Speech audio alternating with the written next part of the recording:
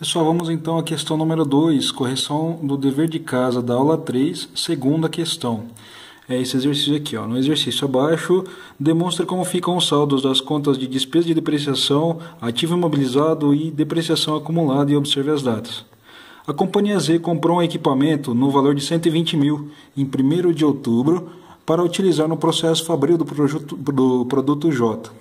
Acredita-se que o equipamento seja capaz de produzir 100 mil unidades do produto J. Então, com base nessas informações, vamos já preenchendo aqui, ó, a seguinte informação. Então, vida útil, a gente já sabe que é de 100 mil unidades. Ou seja, a máquina ela consegue produzir em toda a sua vida útil, em unidades, um total de 100 mil, ok? E o custo de aquisição, no caso, 120 mil reais. Então, para a gente chegar num valor unitário de depreciação, ou seja, a gente teria que pegar o total do custo de aquisição de 120 mil e dividir pelos 100 mil, nós chegaríamos no valor de R$ 1,20 a unidade a ser considerada de depreciação. Tá? E aqui está a data de aquisição, que foi em 1/10.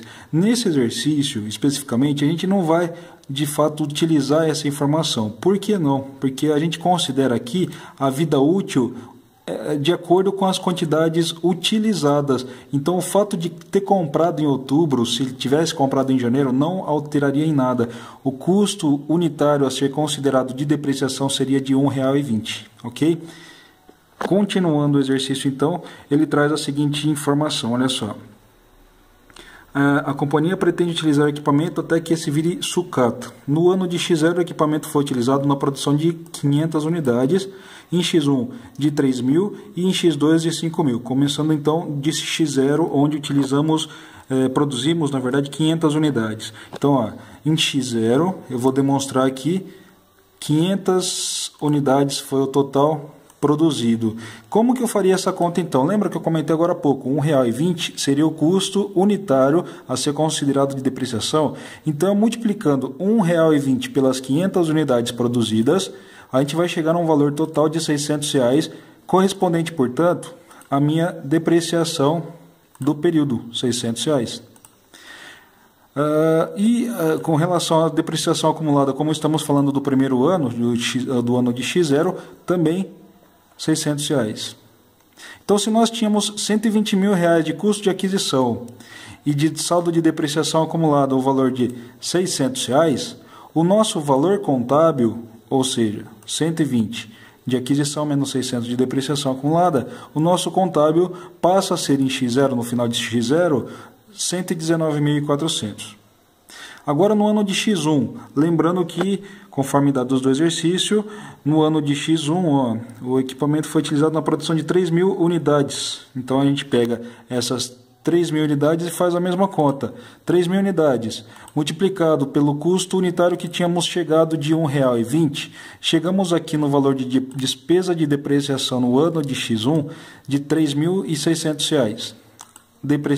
Despesa no ano.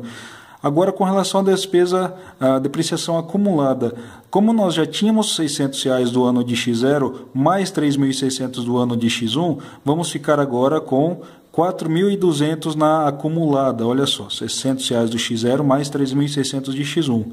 E o nosso valor contábil passa a ser então de 120 mil menos 4.200. Então, em X1, o valor contábil final é de 115.800. Vamos agora para X2, fazendo a mesma conta, lembrando que em X2 a produção foi de 5 mil unidades. Ó. 5 mil unidades, então vou pegar as 5 mil unidades e multiplicar por aquele valor unitário de 1,20 que nós tínhamos chegado, correto? Então aqui nós temos as 5 mil unidades, vezes R$ 1,20 nos dá um total de despesa de depreciação no exercício de R$ 6 mil.